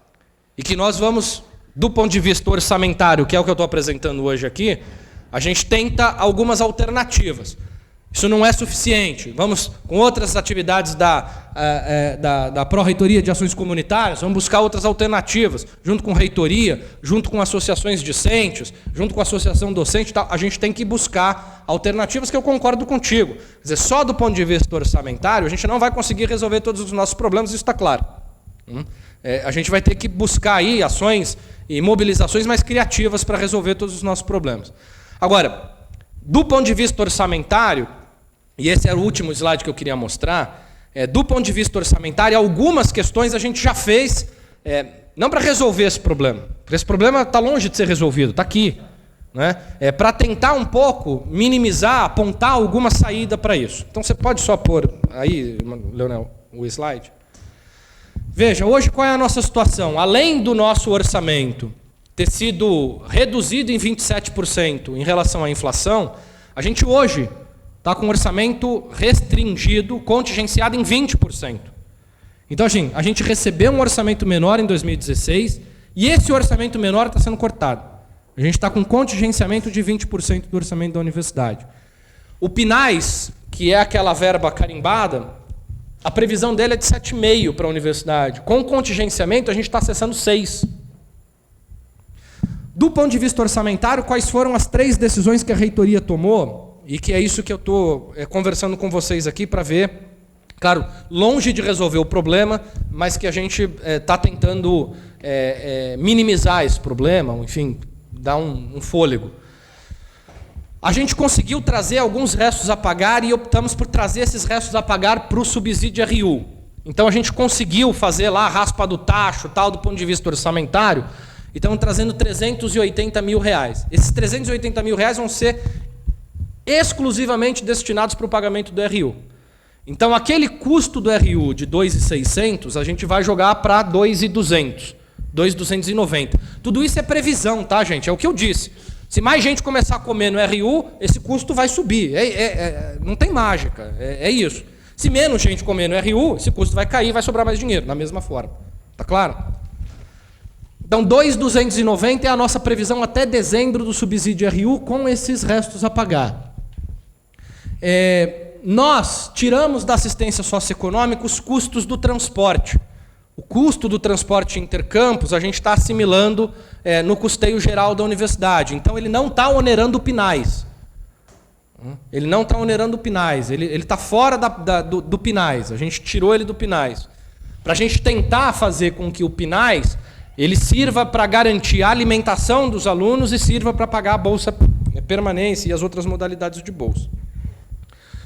O edital 2015 paga em 2016, então os pagamentos de janeiro a maio já pagou. Isso já consumiu recursos da universidade, 2.500. A previsão desse edital é de 2.300. Isso está dando, somado, uma previsão até o fim do ano de 7.100. O PNAES é de 7.500. Nós temos liberados do PNAES 6 milhões. Então, neste momento, a universidade já optou por garantir esses 1.141.000 do custeio geral, ainda que a gente não saiba se a gente vai conseguir descontingenciar esse orçamento do PNAES. O reitor esteve na semana passada e semana retrasada, em reuniões na Andifes e tal. A gente já pediu audiência com o ministro, já fizemos uma audiência com o secretário executivo adjunto do MEC, já nos encontramos com o secretário de Ensino Superior, ou seja, estamos ampliando a mobilização junto ao MEC para descontingenciar o orçamento. Se o orçamento for descontingenciado, ele libera mais R$370 mil. Esses R$370 mil, eles poderiam, eles já seriam imediatamente consumidos na lista de espera. A PROAP já está instruindo aí um novo edital de lista de espera. Então, imediatamente, o que a gente já tem do ponto de vista orçamentário, por essas opções todas que eu acabei de listar aqui, opções orçamentárias, opções que foram feitas do ponto de vista de alocação de recurso. Esses 370 mil reais, se descontingenciados, a gente já consegue atender a lista de espera imediatamente. Tá? Isso vai resolver a situação? Não vai. Não vai. A questão é essa, não vai. Do ponto de vista orçamentário, ele produz algum efeito, né? Minimiza o sofrimento para alguns, vai impedir a evasão de outros. A gente está muito preocupado com a evasão, não saibam disso. Vocês sabem disso. Quer dizer, nós estamos preocupados com isso, óbvio que nós estamos preocupados com isso. Agora, do ponto de vista orçamentário, é o que a gente está tentando fazer. Não é uma ação isolada, a gente tem que fazer outras ações. E a gente vai precisar aí mobilizar a ação criativa da universidade, da PROAP, porque, do ponto de vista orçamentário, a gente tem essa margem para atuar agora. E percebam o seguinte, é uma margem que a gente já está trabalhando com um cenário em que a redução do custeio da universidade tenta não afetar esse cenário de distribuição de bolsas. Tá, então, para responder mais pontualmente a tua pergunta, ele fala assim, a gente veio aqui saber quantas bolsas novas terão. Então, o que eu estou te dizendo é o seguinte, a gente vai ter que trabalhar com esse número no caso de descontingenciamento. A gente tem trabalhado para isso.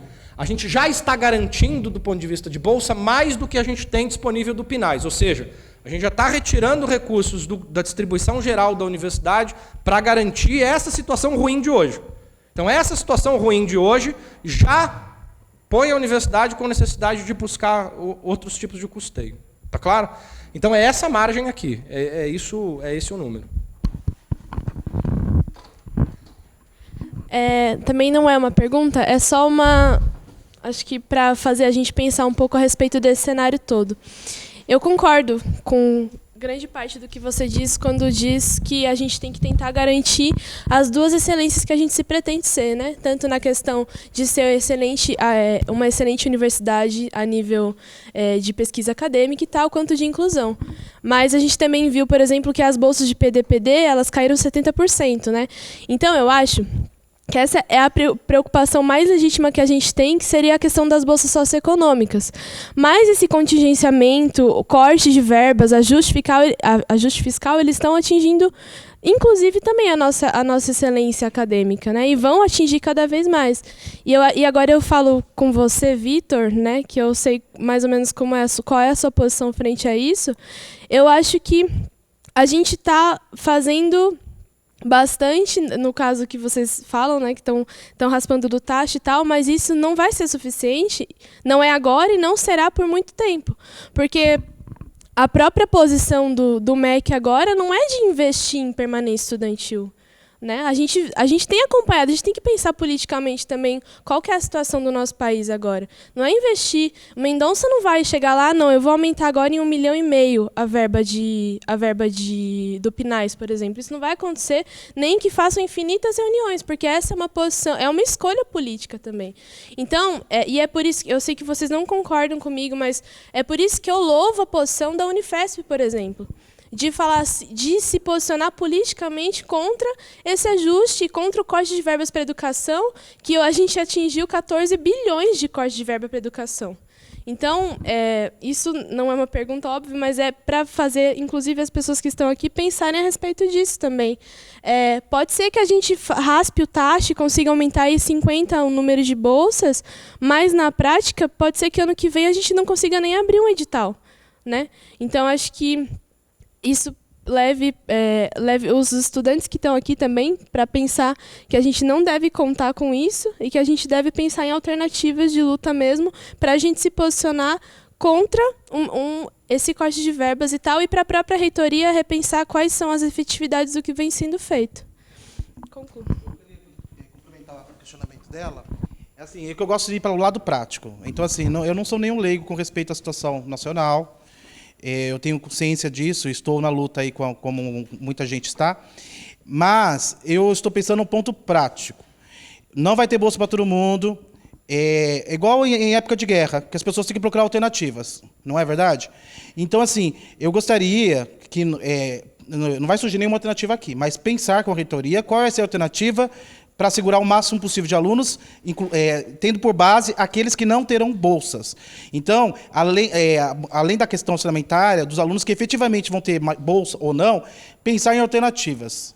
Que alternativas a gente pode fazer em comunhão, eu digo mesmo, de ajuda um ao outro, e a UFABC, como que tem poder institucional, né, que ela tem poder político, tanto no ABC, inclusive, são 7 cidades do ABC, né? De que forma ela pode agir politicamente para favorecer nesse sentido. Agora entra a questão do transporte que a Paloma falou, que eu acho que o ponto que ela falou é muito importante. Que alternativas entre governos, né, entre a universidade e os governos municipais pode ser dada para o transporte? Sendo que, ele mesmo falou, o Leonel, é isso? Sobre a questão do transporte, como chama? Passe livre, né? Então, tendo passe livre, isso facilita muito. Você precisaria somente transbordar, não somente uma linha, mas mais linhas para cá. Porque são 2 milhões que está sendo utilizado por transporte, que eu estou pensando agora em 2017, não é 2016, não.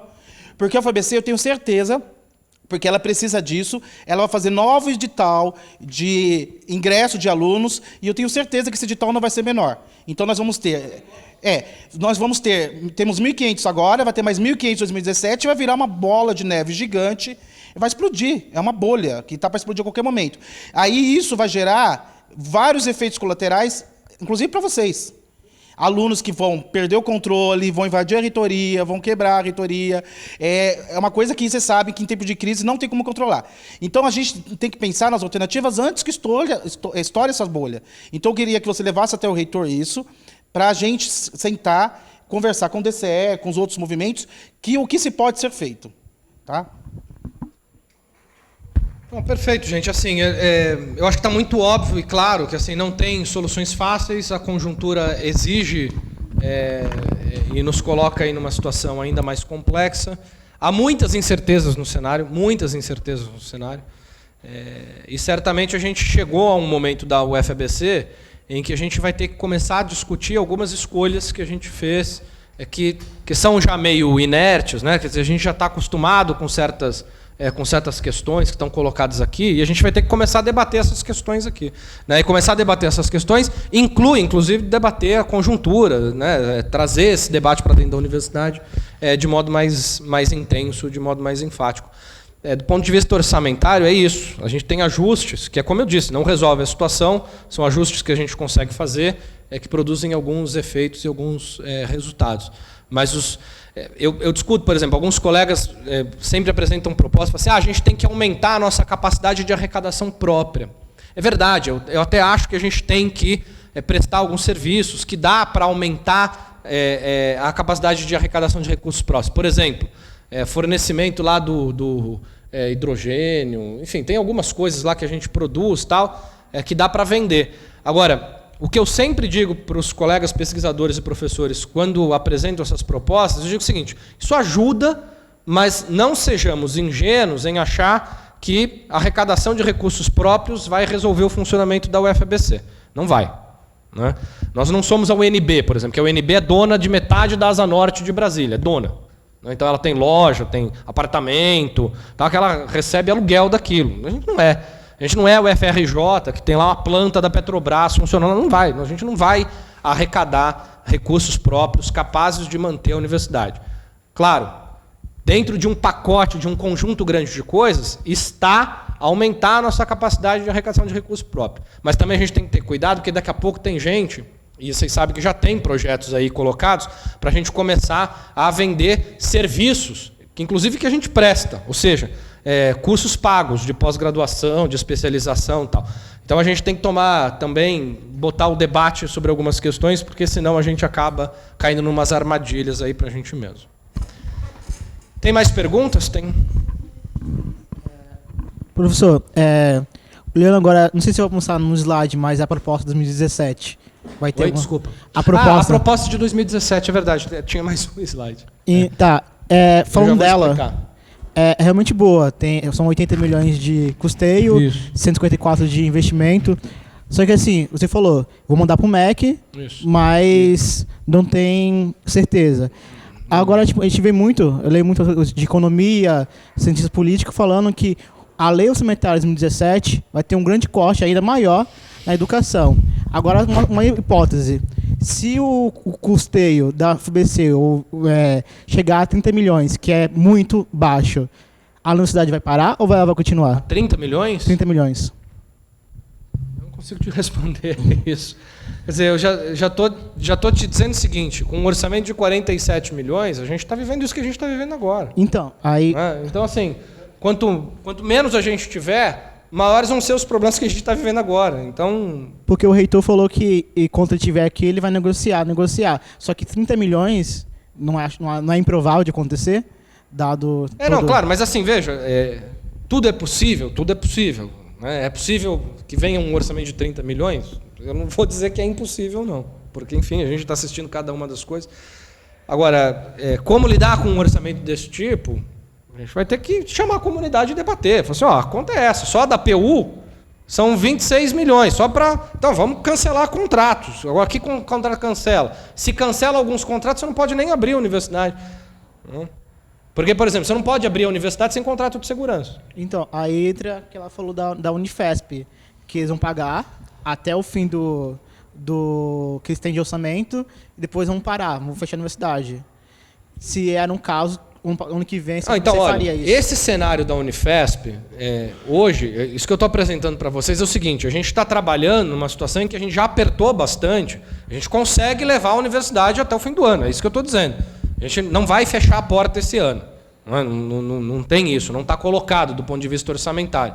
Agora, eu posso responder aqui com certeza de que o ano de 2017 nós estaremos de portas abertas funcionando bem? Não, eu não posso responder isso, nem posso responder que vai estar uma tragédia. Então, eu não posso responder isso. Assim, a conjuntura está aí, vamos fazer a leitura dela.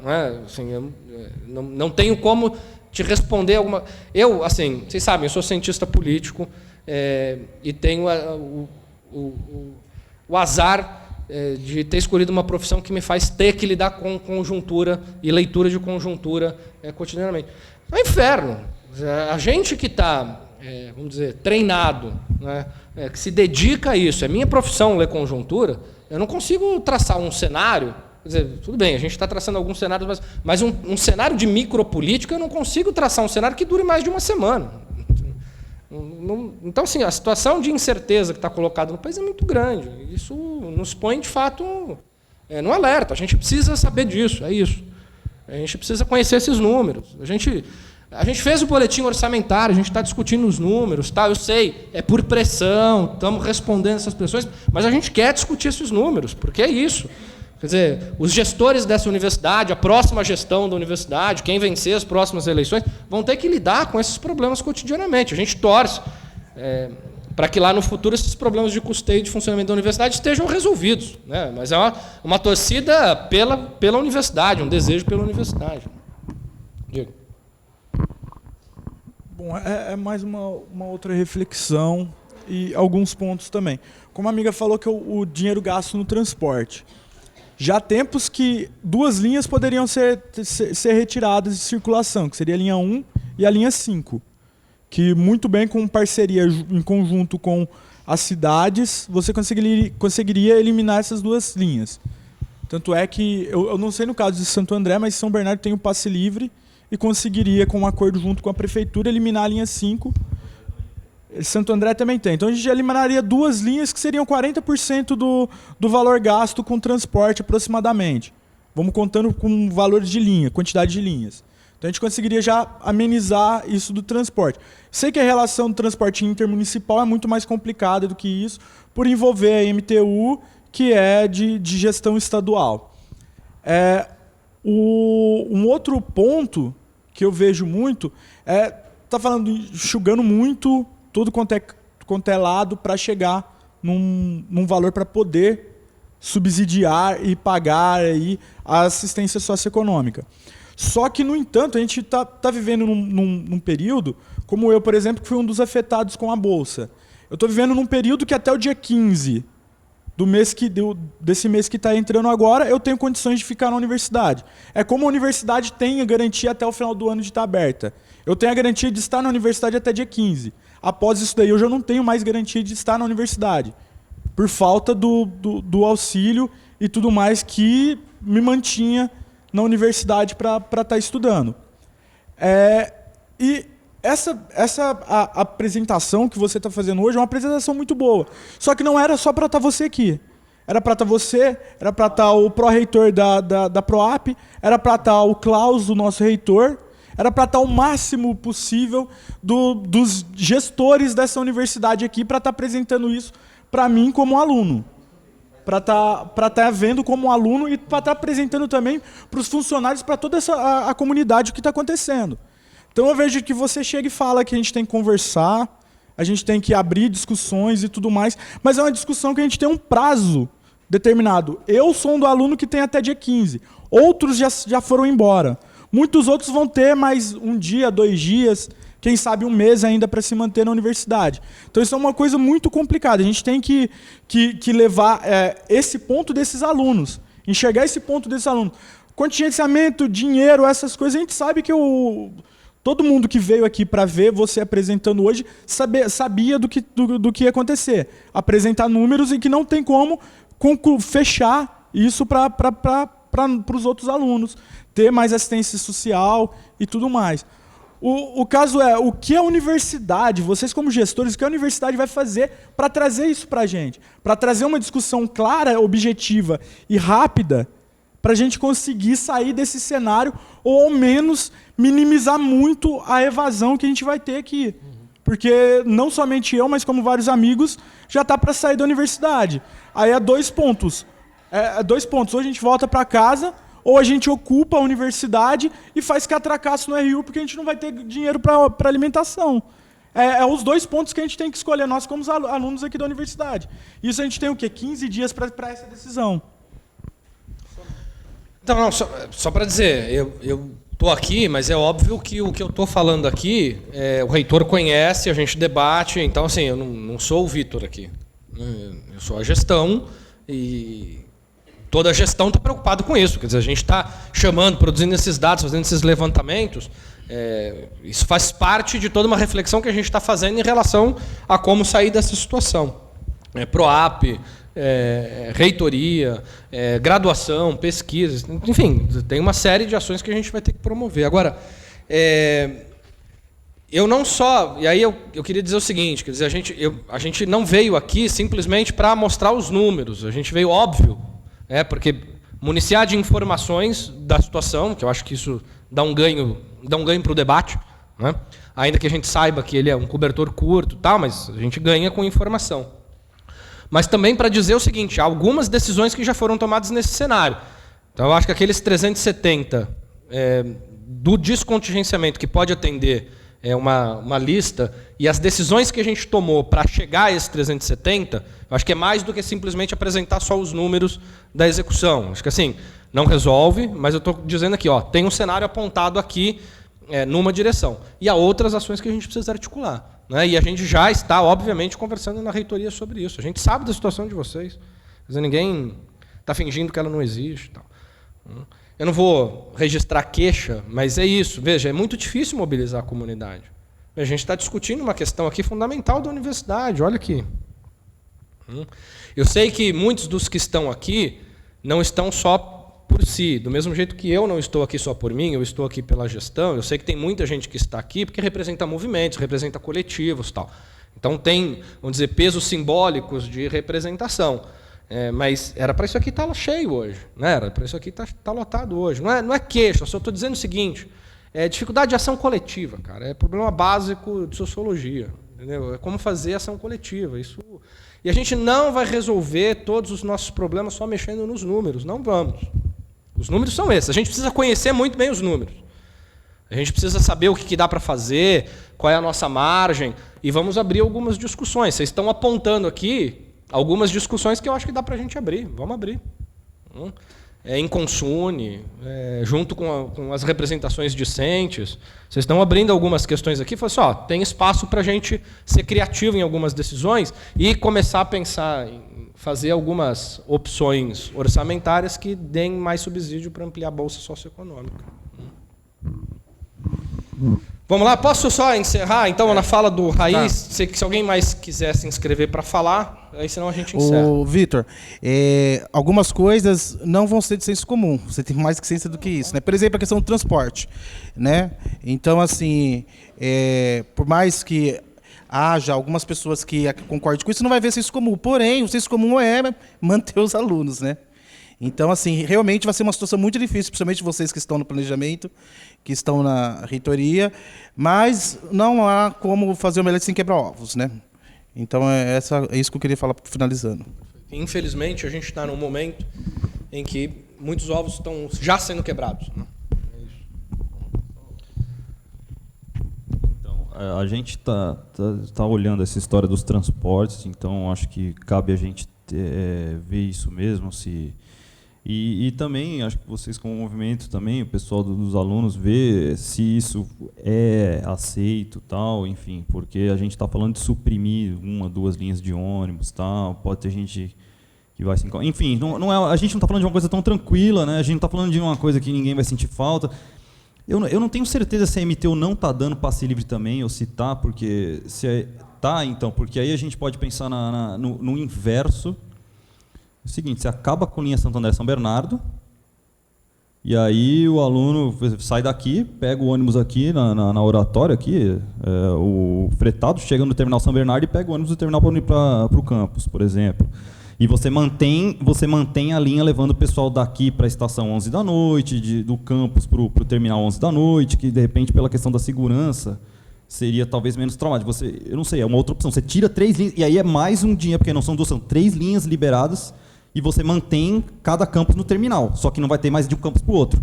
Campus para o outro é MTU. Então, você vai aqui, vai para o terminal e pega o outro. Quer dizer, não sei se isso é aceito ou não, estou só jogando possibilidades. Um segundo. E, por fim, tem uma outra questão. Só que isso, estou falando de 2016 especificamente, nós estamos falando de 20% do nosso custeio. Tá represado. A gente não tem acesso a 20% do nosso custeio. Se o MEC liberar isso, nós estamos falando de 9 milhões. Essa é a cifra. São 9 milhões. Então, é bastante dinheiro. Então, isso é uma coisa, claro, compôs a reitoria, nossa, mas assim, é uma coisa para nós. Essa pressão é importante, porque tem 9 milhões que está na lei, os caras estão segurando lá, enfim. Então, gente, é isso. Na realidade é o seguinte, esse debate do ônibus não é um debate fácil, porque, veja, o que a gente fez aí recentemente por conta dos casos de violência, de estupro, mais recentemente. A gente fez todo um trabalho com a comunidade, junto com os coletivos feministas, de mapear novos pontos de parada. Então, o ônibus também tem esse elemento da segurança. O ônibus tem a ver com o elemento da ligação entre os dois campi, não é? Que tem a ver com o projeto pedagógico da universidade. Então, só para dizer o seguinte, quer dizer, a gente vai ter que enfrentar, nos próximos anos, debates difíceis. Se é o ônibus ou não é o ônibus, não está dado aqui agora, tá certo? Eu acho assim, debates difíceis virão e a gente vai ter que fazer algumas escolhas. Tá claro? Obrigado, então, pela presença, e a gente está sempre à disposição, enfim, nos corredores, e-mail, redes sociais, enfim. Tá bom? Obrigado.